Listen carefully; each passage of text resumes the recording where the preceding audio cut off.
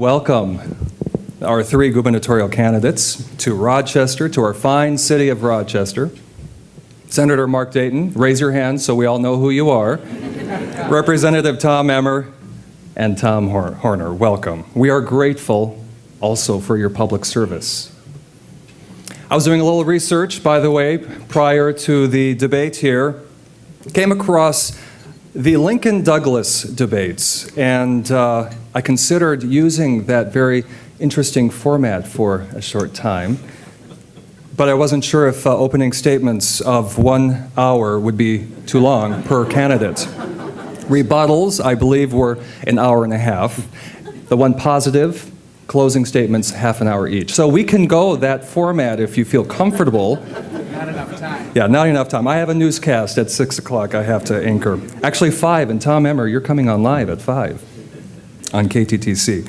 We're going to begin with candidate opening statements of 2 minutes, and Tom Emmer, you will start.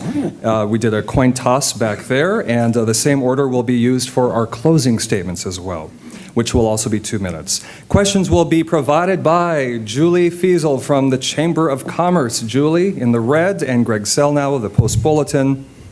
I'll also be asking some questions on behalf of the audience, some questions that many of you submitted, so thank you for those submissions. Each candidate will be given 90 seconds to answer each question, and in the middle of the debate, we are inserting a segment called Peer-to-Peer, and each candidate will be able to ask one of their, another candidate a direct question.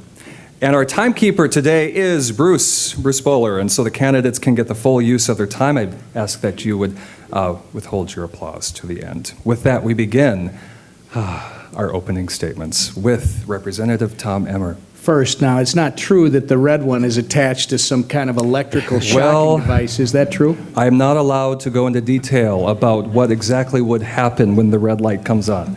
Well, if you see us do that. Thank you very much, Tom, and thank you for the Rochester Chamber of Commerce and the Post-Bulletin and all the other great sponsors. As Tom told you before we came up here, we had a coin toss, and after listening to his reference of the Lincoln-Douglas debates, I guess I elected to take the wind, so I'm going to go first.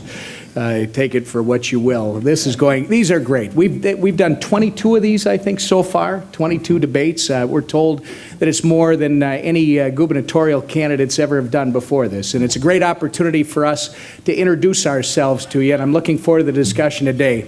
I'll just give you this brief snippet from our perspective. There are 3 people running for this office, but there are only 2 messages. On the one hand, my colleagues talk about raising billions of dollars of taxes. They talk about different types of taxes, but they want to raise billions of dollars of taxes to fund yet more growth in government. I believe that is not responsible. I believe that is not sustainable. I believe now we have to look at government being more efficient. We have to redesign government to deliver the services we all expect. This argument we've been hearing for years that you either have to raise taxes or cut services is not real. We got to talk about redesigning the delivery system for those services. That is the government that we do need, and there is a place for it. But it's got to be efficient. It must deliver the services we expect in an affordable, sustainable manner.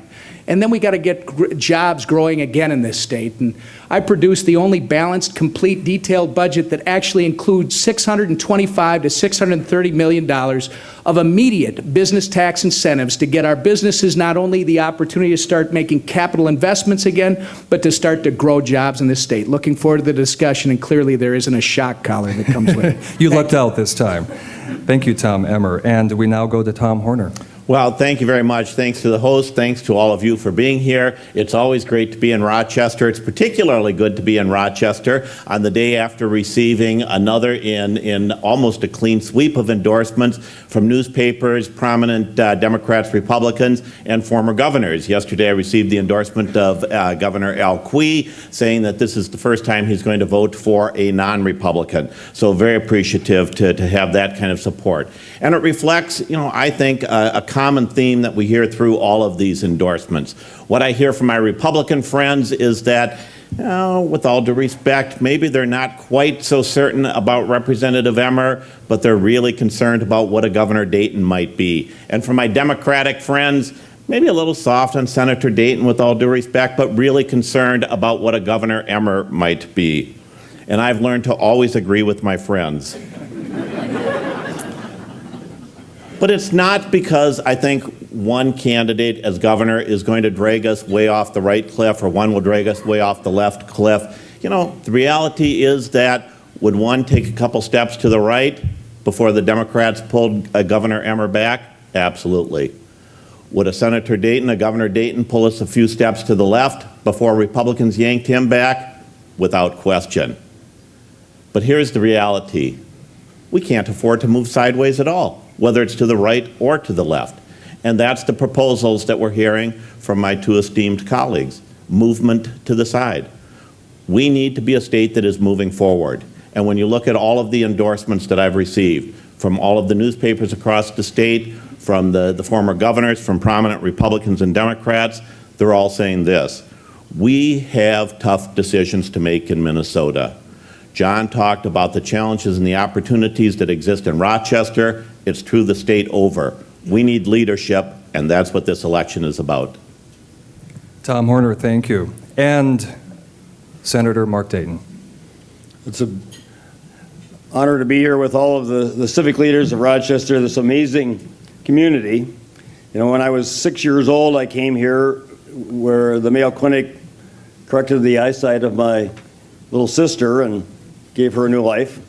A half century later, as a United States Senator, I was in Amman, Jordan, met with the officials, including the foreign minister of Jordan, and I said, I'm from Minnesota. Do you know where that is? He gave me a big smile. He said, the Mayo Clinic cured my father of cancer 3 years ago, and I spent much of 6 months here.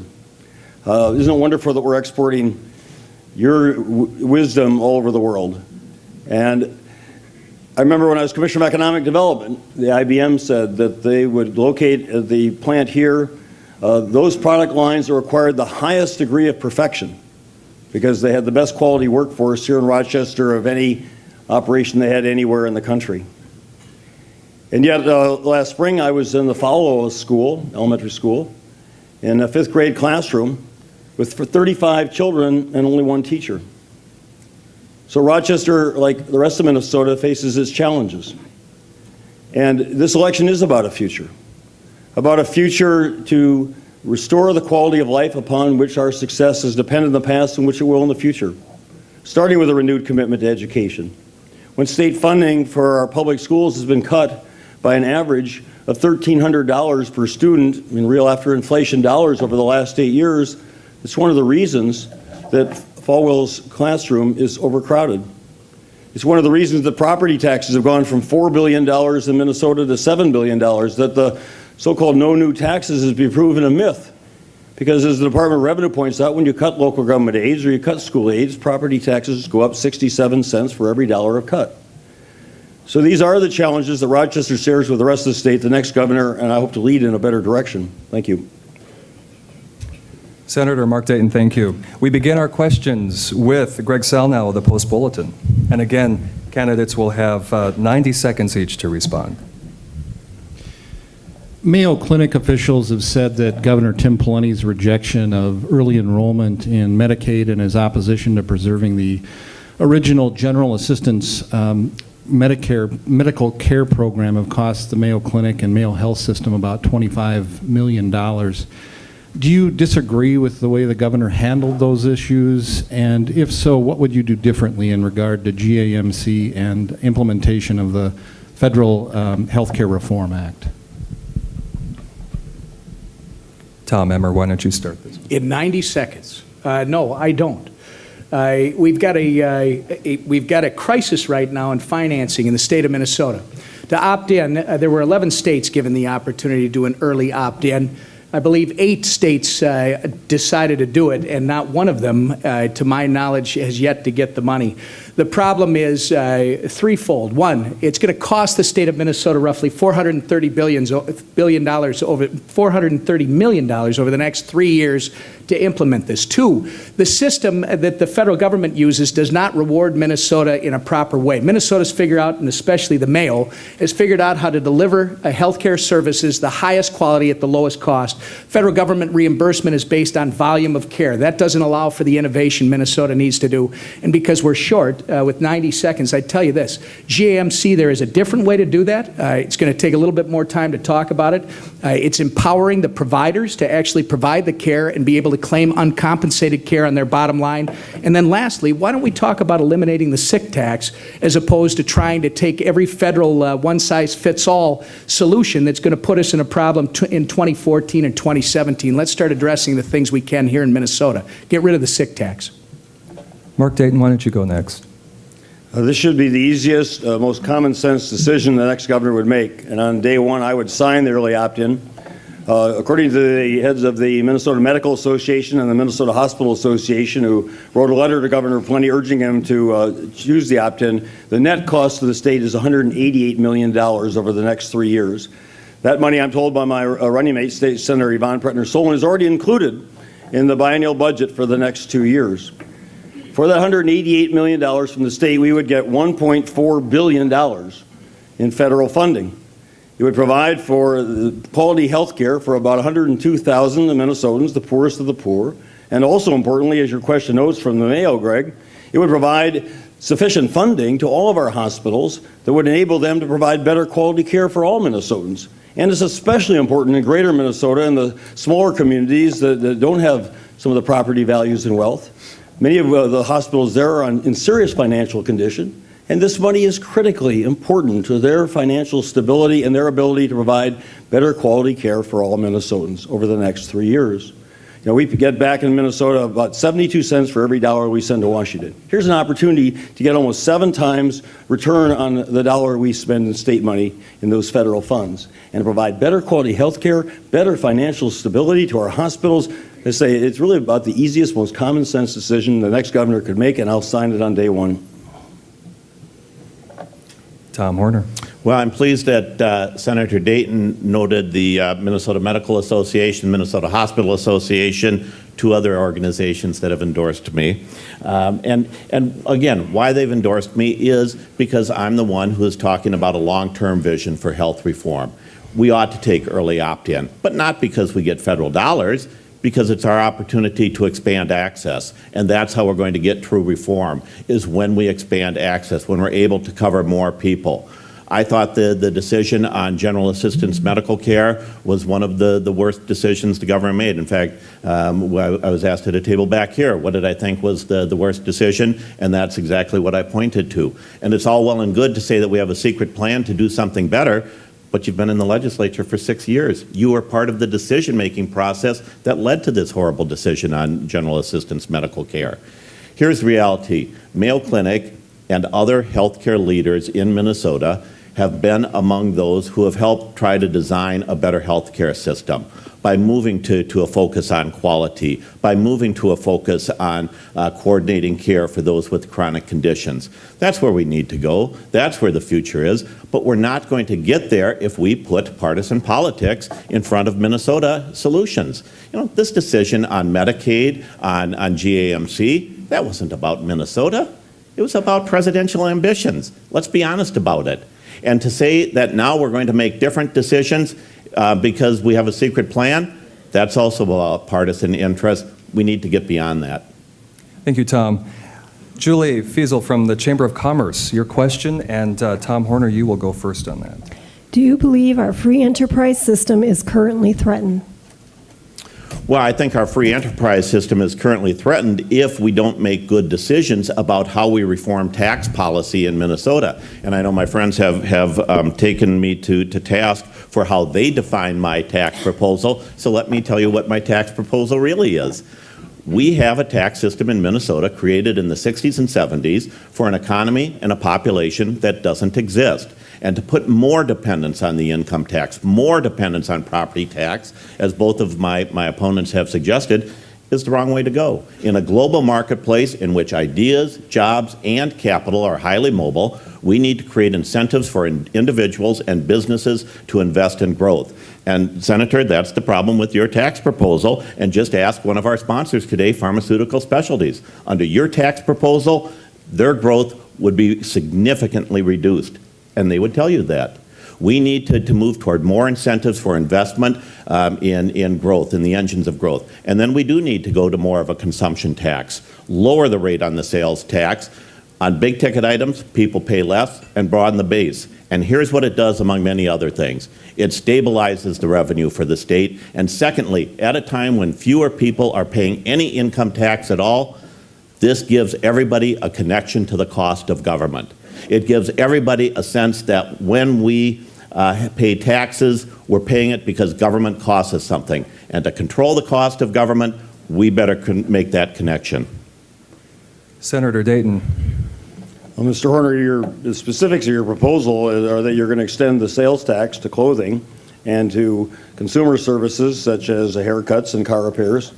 And I can't tell you the number of small businesses and their owners have come to me and said, don't extend the sales tax. That will impact our business. That'll impact negatively our bottom line at a time when the economy is recovering sluggishly. And one of the reasons for that is lack of consumer spending. To put additional costs on consumers, and particularly on middle-income taxpayers. The Minnesota Department of Revenue's analysis is that middle-income families pay 2.5 times the percent of their income in the sales tax as they do in the top-income people. And so my goal is to make taxes less regressive as they are today in Minnesota, the state and local taxes combined. And in terms of volatility, again, the Bureau of Labor Statistics recently came out with a report just the last 2 weeks that said that consumer income has remained basically even over the last 2 years, whereas consumer spending for clothing and services has dropped in each year by over 4%. So it's a more volatile tax and therefore a more volatile source of revenue for the state than is the income tax. I believe the question is our free enterprise system threatened? Yes, it is.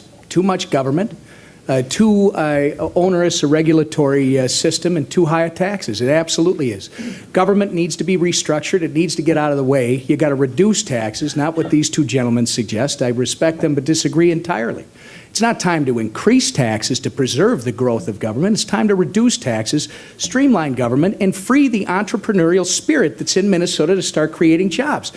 People who come out running for office saying, we need to invest here, we need to invest there. Government doesn't create jobs. People create jobs. We got to free people to do what they can do best, which is create new opportunities in the state of Minnesota. Not by raising taxes to yet again try to sustain unsustainable growth in government.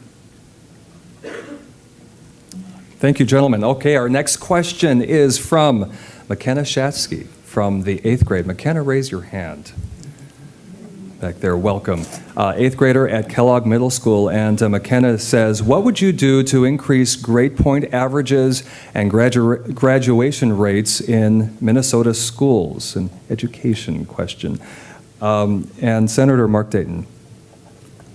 Well, thank you for being here, McKenna. You know, I tried to get my sons a number of years ago to come to an event like this to hear me speak. They're about your age, and my younger son, Andrew, looked at me seriously, said, Dad, I really don't want to go. I heard you speak once, and Dad, you were really boring. So I commend you for being here. And I want everyone to be as successful through 8th grade and beyond as I know you are from being here today. And I think the way we do that to begin with is with more of an investment in early childhood education. First, we're going to have to balance the state budget, the deficit of some $5.8 billion. But in the future, as the opportunity presents itself, I would like to increase the investment in early childhood education. Studies show that's really important for kids who come from disadvantaged backgrounds. Again, one of my goals, as revenues permit, would be provide state funding for optional all-day kindergarten. We're one of a relatively few number of states that does not provide state funding for that, and we have about half the number of children as the national average of children in all-day kindergarten. So that's again important. Help for children to come to Minnesota from all over the world in different grades to learn our language, through individual small group assistance. I remember going to the Rochester Mayo School a few years ago, and the principal said in this school of 1,800 students, we have 54 different languages and dialects spoken here. Go to the Wellstone International School, and you see children who come from different parts of the world who've come here as teenagers and never had any education. And with the excellence commitment there, they graduate with high school degrees and can go on. So those are the kind of commitments we need. Senator, thank you. Representative Tom Emmer. McKenna, congratulations for being in the 8th grade. Jackie and I have an 8th grader as well at Delano Public. In fact, we have almost every other grade covered.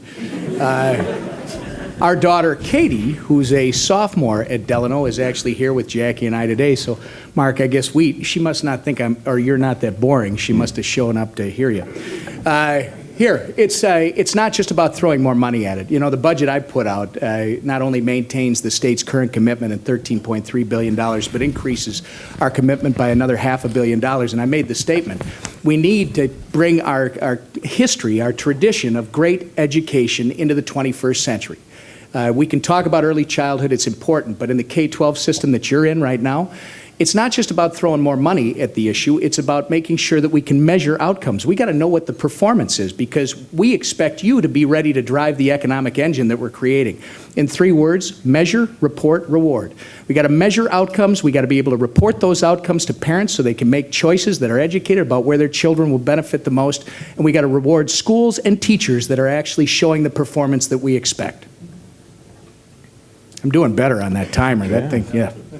There must be there must have been an electric shock there. It's kind of Pavlovian when you see that yellow light go on. I saw you itching over there.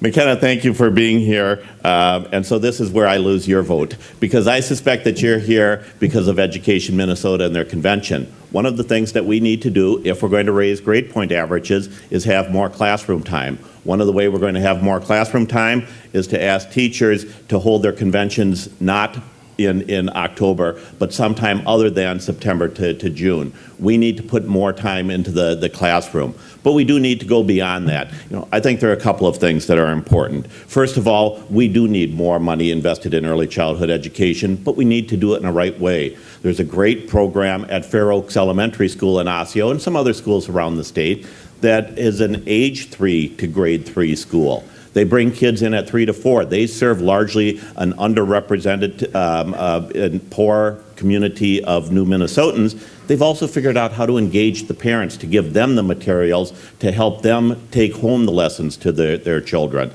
Secondly, we need to let teachers teach. One of the problems with No Child Left Behind is that it has imposed such a rigidity on the classroom.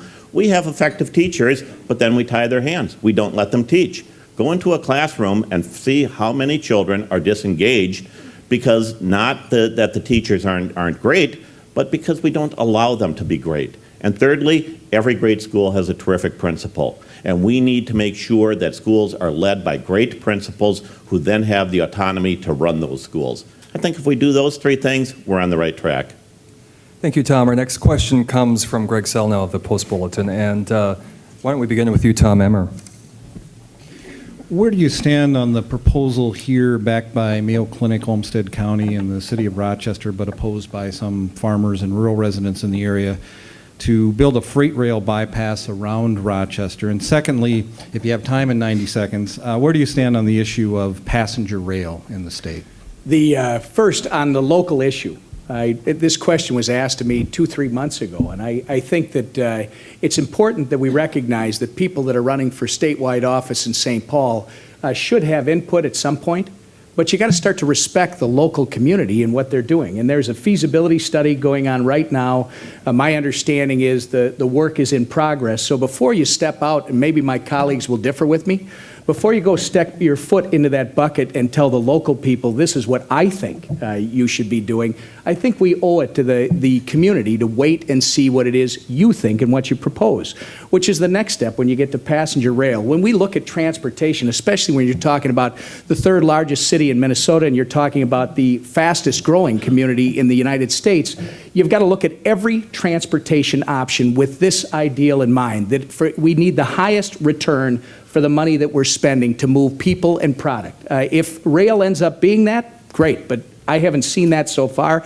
If it does get built, regardless, if high-speed rail gets built, it absolutely should come through Rochester. Tom Horner. Well, I also agree. I think the county has done a very good job in working with the city, with the business community, to create a 3-option program that is going to help us sort out what makes the most sense for all of the stakeholders on this issue. And I do agree that we ought to make sure that the state is providing the backup, the information, the resources that are necessary, but that we let the local community, the city, the county, the business community reach the best decision first and foremost. I support rail. I think that it is very important if we're going to have a growing economy that looks to the 21st century, not an economy that's looking backwards. If we're going to do the things that are important to us, including making sure that that great investment in Elk Run is able to go forward, if we're going to make sure that this partnership between Mayo and the university that is on a 10-year path to solve diabetes, now the report coming out that it will be 1 in 3 adults suffering from diabetes, we need to be able to move not just product and people, but ideas. The product and people, we need rail. We do need to make a good investment in rail so that we can connect the people in Rochester to the Twin Cities. But we also need to look beyond that. I've been a big advocate of broadband, access to ultra-high-speed broadband around the state. I think it's those kinds of infrastructure decisions that allow us to look forward, create an economy for the future, not one that worked for the past. Well, from the very beginning, I took the strongest position of any public official in opposition to the proposal to run up to 36 unit coal trains day and night through downtown Rochester and right past the Mayo Clinic, which was strongly opposed by the civic leaders, and I continue to take that position. The Mayo is, the platinum jewel in the economy of Minnesota and our social well-being, and its well-being is important to Rochester and to this entire state. So that would just be catastrophic and could not be allowed to happen. What the alternative is being studied, and if I'm governor, I'll be willing to look at whatever the options are that are proposed. But again, it cannot include sending 36 unit coal trains through downtown Rochester. In terms of passenger rail, I strongly support that for the state. I'm glad the new MnDOT transportation plan recognizes the importance of rail. I've been to China 6 times this decade. We're behind the rest of the world, advanced world, in terms of our rail system in this country. I take a train from downtown Shanghai to the airport that goes 240 miles an hour, and to take their intercity trains that go, as they do in Europe, 180 to 200 miles an hour. And recognize, as I say, the opportunities we're missing throughout this country. So yes, high-speed rail from Rochester to the metropolitan area and other rail from Chicago up to the metropolitan area, as well as from Duluth, is something we need to build in the next decades. Julie from the Chamber of Commerce has our next question, and we'll begin with you, Mark Dayton. The Rochester Area Chamber of Commerce desires an environment where businesses can develop, grow, and create jobs. How would you make Minnesota's tax climate more competitive for existing Minnesota businesses and companies that we want to attract to Minnesota?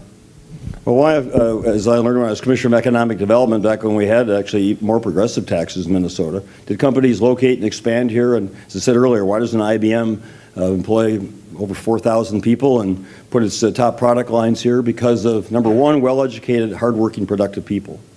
So when you look at our tax system, and we are in competition with other states, you have to look at what we offer to businesses and to their employers and to their employees relative to the cost. And that's what studies such as the Kaufman study, which has looked recently and said that the job creation in this country comes most of all not from large businesses, but they're important employers, obviously, not from established small businesses, they're also important employers, but the new job growth comes primarily from entrepreneurs, new business startups. And they look for areas like Rochester or other parts of Minnesota that are relatively higher taxes if the quality of service is commensurate with that, because that's where the employers, the entrepreneurs, the owners of companies want to live, and they want their children to go to school, assuming the quality of education is good. That's why we need critically need a good infrastructure system. Why one of the real business climate issues we haven't addressed much in our debates, we should, is the deterioration of our infrastructure in Minnesota, the highway system, the congestion, the deterioration of roads, which is crucial for businesses to get employers to and from work, get goods to and from markets. Better quality services. I'm committed to better state government services. We need need better local government services.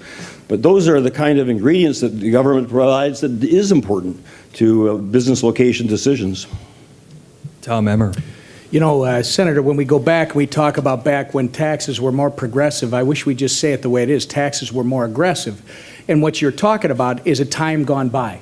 Back at that time, people were coming to Minnesota because it was the place to be. Guess what? The world doesn't remain static, and we are now in competition, not just with the people around us, but with the rest of the world. Minnesota does not need to be the cheapest place to do business in the world, but it absolutely must get competitive. I'm the only one, again, that's put out a balanced, detailed budget that includes $625 to $630 million of immediate business tax incentives, including reducing the corporate franchise tax by a point in each of the next 2 years. That puts about $360 million into the hands of businesses to start making capital purchases and hiring again. A 10% exclusion on pass-through income for those small businesses that we're talking about. Remember the Medtronic that started in a Minneapolis garage that has grown into what it is now. That 10% exclusion in just the next 2 years will put $160 million roughly into the hands of small business. And then we've made proposals to reduce the commercial property tax, expand the angel investment tax credit, and the research and development tax credit. These things must be done immediately. If we do this in the next 2 years, we can have Minnesota well on its way, especially with the economic engine that is Rochester. And I know that my friend Dave Senjum and I will absolutely be able to move these things through the legislature, because this is not a Democrat-Republican issue. This is about common sense in Minnesota's future. Well, I will say that this is maybe the area more than any other areas where partisan interest, partisan politics have trumped good public policy for Minnesota, where narrow ideological interests trump good Minnesota solutions. And so just a couple of points. Last time Senator Dayton ran for governor, he supported broadening the sales tax, broadening it even more than I have. Now he says, well, things have changed. I don't know what's changed. Economists almost unanimously have said we need to go more to a consumption tax. His own party, Senator Bach, who chaired the tax committee in the Senate this past session, said we ought to go more to a consumption tax. R.T. Ryback, of all people, the mayor of Minneapolis, said we ought to go to more of a consumption tax. The business-led Tax Reform Commission appointed by Governor Pawlenty said we ought to go to more of a consumption tax. You know what changed? Politics. What changed is that this year, Senator Dayton is running against Senator Bach, who supports a consumption tax, Mayor Ryback, who supported a consumption tax, Speaker Kelleher, who said your tax on the wealthy would destroy businesses, would destroy jobs. Politics have changed, not the public policy, at least not in the way that Senator Dayton proposes. And for Representative Emmer to say that he is going to cut spending is absolutely true. Every objective analyst has looked at his budget and said, we're spending $34 billion today, he'll spend $33 billion, there's the increase in property taxes. Let's go to the peer-to-peer portion of this debate, and that's where each candidate will get to ask, have an opportunity to ask one other candidate a direct question. And we'll begin with you, Tom Horner. Thank you. Well, I'd ask, just following up that, I'd ask a question of Senator Dayton. Senator Dayton, your whole career has been moving from one job to the next before you completed the last job. You started in state government, all the while planning to run for the United States Senate in 1982. You lost that, went back into state government, all the while planning to run for the United States Senate again in 1990, and then decided to run as auditor. Served one term as auditor, left that job, and decided to run for governor. Weren't successful there, decided to run for senator. Served one term, apparently all the while planning to run for governor. With all of the critical decisions Minnesota has, with all of the difficult choices facing Minnesota, why should Minnesotans believe, what's the assurance that you can give that you now, anything in your track record, shows the stability, the broad reach, the kind of stick-to-itiveness that Minnesota needs in its leaders? All right, Senator Dayton. Well, I promised Minnesotans that if the good Lord, the people of Minnesota are willing, I'll serve 2 terms as governor at least. And that'll be 8 years of commitment to taking the state in a better direction. In terms of the Senate, for I think much the same reason that then Senator Obama sought the executive branch, the presidency, then Senator, after 4 years essentially in the Senate, and Senator Clinton sought the presidency after 6 years in the Senate, and even Vice President Biden gave up 36 years of seniority in the Senate to seek the presidency, and now as vice president, because the executive branch is where you can lead from day one. And I'm proud of my commitment to public service in Minnesota. It's put me in different positions where I can make a contribution to the state, but it's been a steadfast commitment to trying to improve the quality of lives of people in Minnesota. And I'm the only one who's headed 3 different state agencies, and I believe that experience is directly relevant to the role of a governor, which is to lead the executive branch of state government. And so I promise the people of Minnesota what I always have, that while I'm serving in public office, I will do my very best. And I will make decisions, as I did on every one of those positions, with one consideration: what is best for the most people of Minnesota? What's best for the future of this state? Tom Emmer, what is your question? Well, I'd ask Senator Dayton a question about the budget. Senator Dayton, I put out the only detailed and balanced budget that actually causes government to live within the 7 to 8% growth that our Department of Revenue is projected for the next 2 years, roughly $33 billion. And you, to your credit, I asked both of you to put in your budgets to the Department of Revenue. Mr. Horner did not. You, to your credit, did. They told you that it didn't balance, so you tried to do it again. And the second budget that you did, they told you it's off by about $1 billion. Now, granted, it's much less than Mr. Horner's $2.5 billion hole. But my question to you is, because you've been asked, you know, your whole campaign over the summer was, I have a plan. Senator Dayton, are you going to produce a complete and balanced budget before November 2nd so that the public can see exactly all the taxes you're going to raise and how it's going to affect all of Minnesota? Are you going to commit to do that Senator before Dayton. November 2nd? Well, Mr. Representative Emmer, I have, and when I submitted my tax proposal to the Minnesota Department of Revenue, it came back with an analysis that the income levels I chose would apply to only 3.8% of the top income earners in Minnesota, which was a smaller percentage that I had assumed, in part because median income in Minnesota has fallen by $10,000 during the 8 years of President Bush's 2 terms. So the reality is that it raised then less revenue than I expected, so I went back and I made additional cuts. This is all on my website, www.markdayton.org. And after the cuts of over $1.2 billion and the revenues and some other, then it comes down, as I state there very clearly, $890 million short. Now, my budget assumes repayment in the next biennium of the school shift, the $1.4 billion that's owed to the school districts.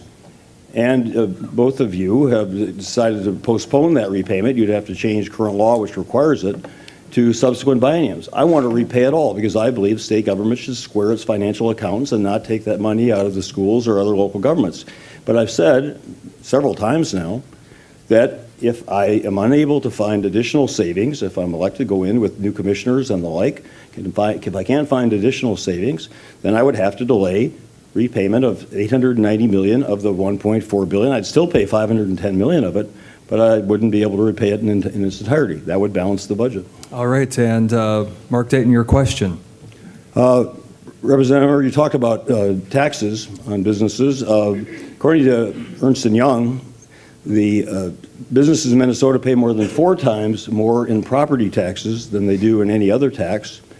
And you yourself, when you were on a city council and voted to raise the property tax levy, said the need to do so was because of the reduction in state aid.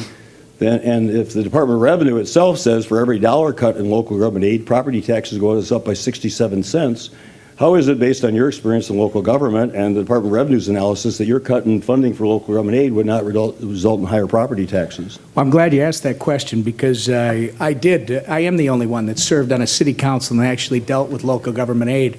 I find it interesting, Senator Dayton, that you seem to not like the idea that if state government cuts $1, it only costs 67 cents to provide the same service at the state level. So that almost 40% savings that you're getting, apparently you don't agree with that. But here's what, as a city council member, I believe the best decisions are made closest to the people that are being asked to pay the bill. They are the most accountable decisions that can be made, and we need to empower local officials to make those decisions. This argument that you've been making in debates is complete fallacy when you say that a reduction in local government aid dollars translates into an automatic dollar-for-dollar increase, or 67 cents, whatever you want to call it, in local property taxes. Think of this, folks. Only 20 cities in the state of Minnesota out of over 800 cities get over 50% of the local government aid dollars the state issues. Out of those 20 cities, only 5 cities get almost 40% of all the local government aid dollars that are dished out by the state government. So how can it be when so few cities get so much of the local government aid pie that somehow that translated to local or to increased property taxes from border to border? It's simply not true. And if you don't like the fact that it's more responsible and apparently it's less expensive to the citizen taxpayer at the local level, well, then we disagree about that. Greg, your question to Tom Horner. A contentious topic of debate nearly every legislative session, at least every other year, is the state's bonding bill.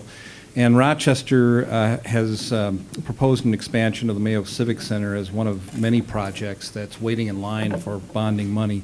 In your view, what types of projects should the state borrow for? Well, I think first and foremost, we have to be investing in infrastructure. You know, I think this is one of the areas where I've been the only one to talk about the need to think about decisions from a generational perspective. There are some decisions, some investments, some spending, some cuts that we need to make today to make sure that we're stimulating the economy, that we're growing for the future. But there are a lot of other decisions that we better be making with an eye to the future. We better be making with an eye to what McKenna's future is going to look like, what my kids who are at the beginning of their professional careers is going to look like. When we borrow money, we're borrowing against that future, and we better make sure that we're making good decisions on it. So where I would make the priorities, I do think there are some outstanding obligations, including Rochester. St. Cloud is another one that we ought to deliver on.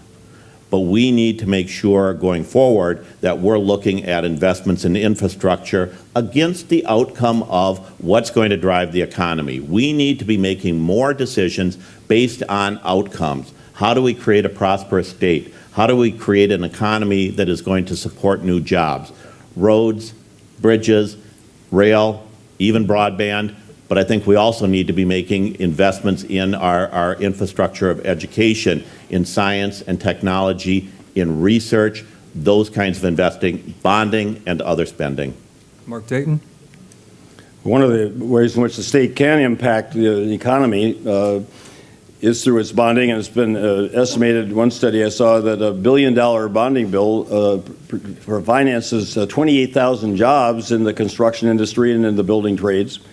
So I thought it was unconscionable for Governor Plenty last year to veto projects that were ready to go, made important civic contributions to communities throughout the state, and left some 400,000 work hours on the table with the stroke of his veto pen of people who should be and could be working in Minnesota today. So with interest rates as low as they are and the state's bonding indebtedness about 36th lowest among the states, I would propose $1 billion bonding bill next year. I'd like to move it from the typical 2012 to 2011 and use that as part of an economic stimulus to put people to work, especially in the building trades, and get these projects that are ready to go in Rochester and Mankato and St. Cloud, elsewhere that were vetoed, and also 17 early childhood learning centers that were ready to go for improvements, and get those projects going, get people to work throughout Minnesota.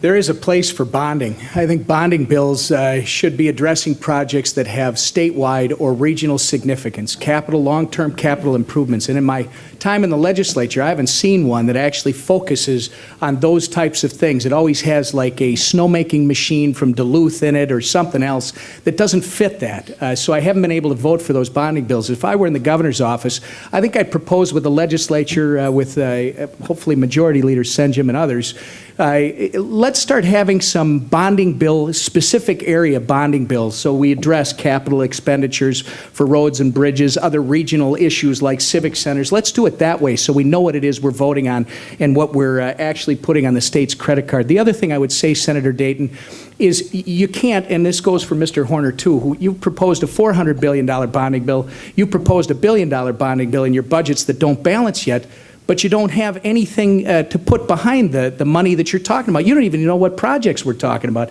And you got to understand, when you take more money out of the private sector, you destroy more opportunity for the private sector to actually create more jobs. And ultimately, that's what's paying for the bonding bill. The bonding bill doesn't stand on its own. You got to have a growing private economy in order to pay that bill. And so we should be concentrating on all job creation, not just the bonding bill job creation. All right, thank you. We have about 15 minutes left in this debate. This next question comes from somebody here in the audience. What is your experience and plan for promoting global economic relationships between Minnesota and the most rapidly growing economies of the world, China, India, Russia, Brazil? Senator Mark Dayton. Well, as I said earlier, I've been to China 6 times in this decade, 7 times overall, and I've developed relationships there, such as the deputy mayor of Shanghai, who the 3rd time I met him said, first time stranger, 2nd time acquaintance, 3rd time friend. He was also the one when I, again, said, I'm from Minnesota, do you know where that is? He smiled and tapped over his heart and he said, Medtronic. So again, we got great opportunities to build these relationships in ways that will be productive for Minnesota businesses. I've not been to India. There's a company, SR Steel, an Indian company that's looking at a project up in northeastern Minnesota. So there's certainly opportunities to go there. When I was a senator, and Gerdau Steel, a Brazilian company, which operates a plant in Newport, there was a contract impasse there involving 350 jobs, and I flew to Sao Paulo, Brazil, met with the chief executive of Gerdau Steel, and they credited that meeting with breaking that impasse and resolving that dispute and preserving those 350 jobs. So I will go anywhere in the state or nation or world where there are jobs to be saved or jobs to be gained for Minnesota, and I will lead delegations professionally designed and carried out of Minnesota businesses to open doors in those countries, because I recognize, especially countries like China, that they really look to government relations as the point of entree for businesses, and so I would take that as a very important part of the responsibility of being governor. Mr. Emmer. It all starts with being competitive. Minnesota has a great position right now, not just this wonderful jewel, as Senator Dayton has described it, known as Rochester and the Mayo Clinic and everything that we derive from this economic engine, but all around the state. I mean, our farmers in the state of Minnesota produce enough food every year to feed 150 people. We've got businesses like Medtronic and others that actually have a worldwide presence. It starts with making Minnesota a competitive business environment. What does that mean? Again, you got to lower the cost of doing business in the state of Minnesota. It doesn't have to be the cheapest in the world, because we do have the best workforce in the world. But it does have to be competitive. You got to lower taxes, you got to streamline regulation so that Minnesota can not just compete, our businesses, our communities can not just compete with those that are immediately adjacent to us, but worldwide. And then it does take leadership from the state level to make sure you work with the different industries that are looking to export to help them get their toe in the door, get their foot in the door, realize international opportunities, and that is a position that the governor of the state of Minnesota should be heavily involved in. Well, I think this is an issue that is defined as much by who we are as a state as what we do. And again, this is an area where I think Tom Emmer, Mark Dayton are only looking in the rearview mirror. Representative Emmer takes great pride in the fact that he's voted against every bonding bill. Well, one of those bonding bills, the 2008 bonding bill, helped create the Biomedical Diversity Center at the University of Minnesota campus. That's where a good part of our future is. That's where we're going to grow jobs. That's where we're going to grow jobs that allows us to be competitive in the global marketplace, where it is not just how we relate to other countries, but how other countries are relating to Minnesota. The key to being a state that is growing, that has a presence in this global economy, is to build relationships. And it can't just be one way. It can't just be us knocking on doors saying, boy, let us in. we need those other countries coming here, and it's going to be the knowledge, the research, the technology, the products that come out of investments like the Biomedical Diversity Center. I also think that we need to be a state that is hospitable to diversity, and that starts with how we deal with all of our new Minnesotans, how we're going to welcome new Minnesotans. Make sure that they're all here legally, of course, but make sure that they're here in ways that we respect, that we're helping to be partners with them in their entrepreneurial adventures. And then lastly, we do need to be a state that has a good business climate, tax reduction for investments, streamline the permitting regulatory processes, those kinds of things that make a good climate. Julie, you have the next question, and we'll begin with Tom Emmer, then Tom Horner, and Mark Dayton. Rochester has a 0.5% local option sales tax. It has used it for infrastructure and higher education. The first project it funded was flood control, which proved to be very worthwhile in the recent flooding we have had in southeastern Minnesota. Do you support this sales tax for Rochester? I think I made the statement earlier when we were talking about local government aid in response to one of Senator Dayton's questions, or his question to me, that I do believe that the best decisions are made closest to the people that they impact. So I don't have anything in opposition to say about the local half-cent sales tax. What I would say is this. Going forward, when we talk about LGA, when we talk about how we collect taxes from cities all across this state, we should probably be talking about regional centers like Rochester and St. Cloud and Winona and Owatonna. Rochester sends, for every dollar Rochester sends to the state of Minnesota, you see back less than 70 cents, maybe 67 cents. We should, I believe, start to talk about not doing the things we've been doing them, the way we've been doing them, but let's talk about a system where maybe regional centers keep more of their local tax dollars local and empower the local elected officials who, again, are closest to the people that are paying these bills to make decisions as to how they purchase services that most impact not only their direct residents, but the surrounding communities that they serve. Well, and that works great if you happen to live in a part of the state that has wealthy counties, that has communities that are growing. Doesn't work so well if you live in parts of the state where you have a lot of aging population, where you don't have a retail base, where you have poorer populations. We're a state. We're not 87 individual counties. We're a state. And we need to thrive as a state, and we need to make investments as a state. Do I support the local option sales tax? Yes. And I'm not afraid to say that. Yes. Because I think local officials have an election certificate that is every bit as valid as my election certificate will be. And we ought to trust decisions that are made at the local level. But look, just allowing everybody a half-cent local option sales tax is not the answer. It's not how we're going to have communities that thrive unless we as a state are willing to make smart investments. And when we undermine the rural health infrastructure of Minnesota, we're undermining communities. When we don't invest in our infrastructure, we're undermining communities. When we don't invest in education, when we make decisions, Republicans and Democrats, the legislature and the governor, that force school districts to go to 4-day weeks around the state, you can have all the local option sales tax in the world, and those communities are not going to attract new businesses. Those communities are not going to thrive. Those are decisions that look in the rearview mirror. These are tough decisions we have in the next 4 years. We need a governor who's willing to challenge the status quo, not to engage in partisan politics, to get beyond the gridlock and make decisions for the betterment of Minnesota. Yes.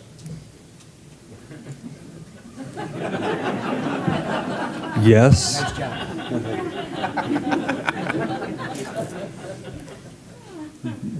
And did you want to? Well, if I were still in the U.S. Senate, I would use the other minute and 27 seconds. But since I'm here in Rochester, executive branch, what is it? Brevity is the virtue of something. Well, actually, thank you, because now we'll have a chance for one more question. Well, in that case, maybe I should continue talking.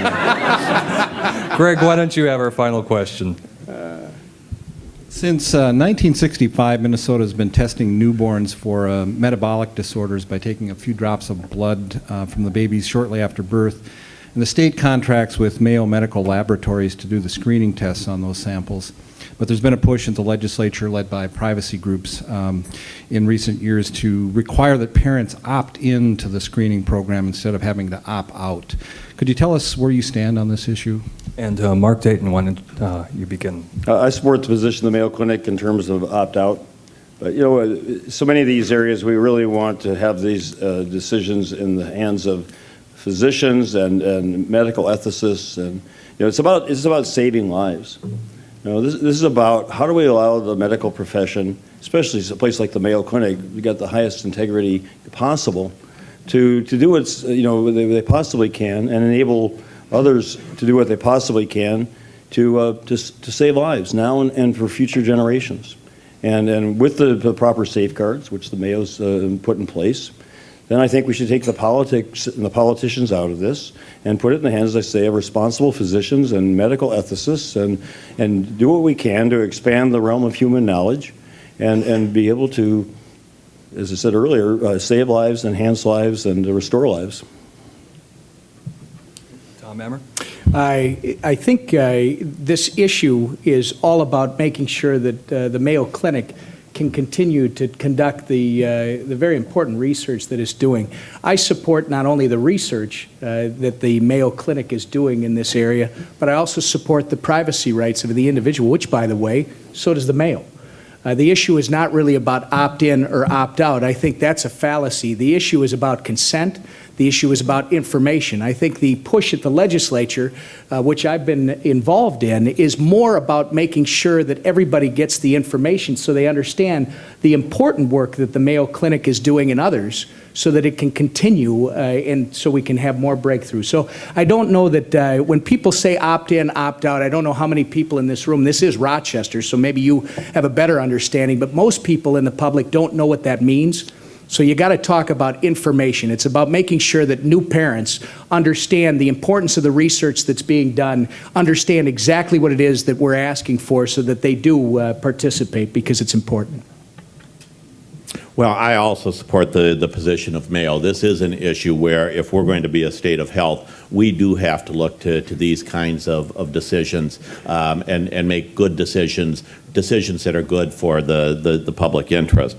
But I also believe that this is yet another issue where leadership is required. The governor does have a role to be an advocate, not just to sit on the sidelines and let a Mayo take all of the heat, but to be out there directly with his commissioner of health to be an advocate for why these issues are important, because we're going to be facing more and more of them. They're going to be ever present in our lives, and we need to engage parents. I don't agree with Senator Dayton that this is just a decision for ethicists and physicians, and frankly, I don't think Mayo would agree with that. I think what they would say is that this is a decision for society. This is a decision for all of Minnesota. This is a decision where we better engage parents and others in helping us make these decisions with the faith community, with others that are important. We can make good decisions. We can trust the public to make good decisions, if we have good leadership. If we have leadership that expects the most of our citizens, we will get the most. Thank you very much, gentlemen. And we are now going to turn to closing remarks. Each will have not a half hour, but only 2 minutes. And we go back to our original order of Tom Emmer, Tom Horner, and Mark Dayton. Well, again, thank you, Tom, and thank you, John, everybody else who's made this possible. Thank you for having us. These are, for us, they keep asking us, are you getting tired of debates? I think, I don't know. I don't want to speak for my colleagues. I am not. I think this is a great opportunity, again, for us to stand before you. One thing to see a commercial, it's one thing to hear a radio soundbite. It's another thing to actually have somewhat of a dialogue with the actual candidates. So I really appreciate the opportunity and the fact that you would take a beautiful October afternoon and come and sit with us. I will just reiterate and restate. There are 3 people running. There are only 2 messages. On the one side, my colleagues both believe that government needs to grow yet again at the expense of the taxpayers it's supposed to serve. Now, let's keep in mind that based on current tax collection projections, the state of Minnesota will actually have more revenue to spend in the next biennium.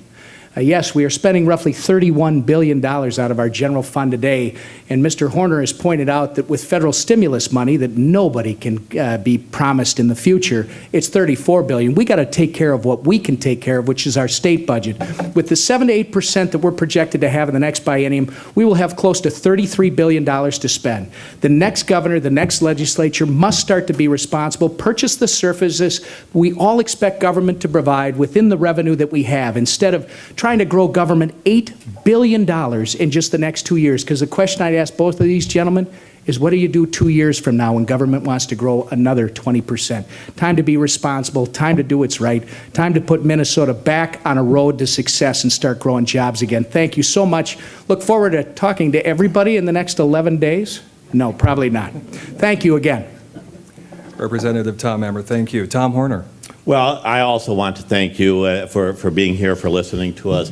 I'm very proud of the fact that I have had the endorsement of 3 former governors. Arne Carlson was down in Rochester several weeks ago to offer his endorsement. Yesterday in the state capitol, former Governor Al Quie offered his endorsement, and this week on Geraldo Rivera, Jesse Ventura offered his endorsement. And if that doesn't say it all. But they all come to the same conclusion, along with all of the newspapers that have endorsed so far. They all say that this is an election in which we better be looking to the future. If we want to break the gridlock, if we want to have decisions that aren't looking in the rearview mirror, we have to get past these narrow ideological slices. You know, Representative Emmer represents the most conservative end of the Republican Party that says we ought to stake our whole future in just taking the status quo and making it a lot smaller. And Senator Dayton, on the very far left of the liberal orthodoxy, says, let's take the 4% of wealthy Minnesotans and we'll make them pay for everyone, and everybody else gets a free ride, and we'll make the status quo a lot larger. And I'm the only one saying, for so many Minnesotans, the status quo isn't working. We need different answers. We need different answers for today, and we certainly need different answers for the future, for our children and for our children's children, if we're going to be a state that thrives. Look what's going to happen over the next 11 days. Representative Emmer is going to have national groups come in, national political figures. Senator Dayton, national figures, each of them having $1 million come into their coffers. I won't. But here's what I do have. I have Minnesotans who are saying this is about the future. This isn't just a trophy for national Republicans or national Democrats. This is about Minnesota. I'm asking you to move beyond your fears, vote the future, be bold, think of Minnesota first. Tom Horner, thank you. And Senator Mark Dayton. This election is about the future of Minnesota. It's about a better Minnesota for all of us, for our children, and for our grandchildren. It's about restoring the greatness to our state, the greatness of our people, by having a state government that makes the sound investments that make it possible for us to continue to have what we treasure here in Minnesota. We've tried over the last decade cutting funding for our public school children by an average of $1,300 per student after inflation. We tried cutting funding for higher education from going from 12th highest states in the nation in our investment in higher education to 32nd, and making tuition unaffordable at our public colleges and universities for increasing numbers of Minnesota families and their children. And the result has been that our economic performance, both in terms of per capita income growth as well as employment growth, which used to be among the top third, often the top 10 in the nation, has been averaged in the bottom 10 states in the nation during this decade. So let's not continue what hasn't worked. Let's restore the greatness of Minnesota by making our taxes fairer, by raising income taxes on people who can most afford to pay a little more, not adding the tax burden, as my two opponents would, to the middle class by extending the sales tax or causing property taxes to go up. And then let's invest in what we know is key to the future of this state.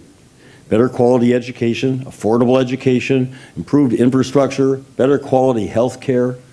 Let's make government more efficient, cost effective, as I strove to do when I was state auditor. Let's find those areas where government can make its services better at lower cost to our taxpayers. And let's join together as Minnesotans, a state that we love, that we know we're blessed to live in. And we know that if we do what we have done in the past and know the right things to do for now and for the future, that in 10 and 20 years from now, we will have, as the theme of my campaign says, a better Minnesota for all of us. Thank you. Thank you, and gentlemen, thank you for coming to Rochester. We wish you the best in November. Thank you.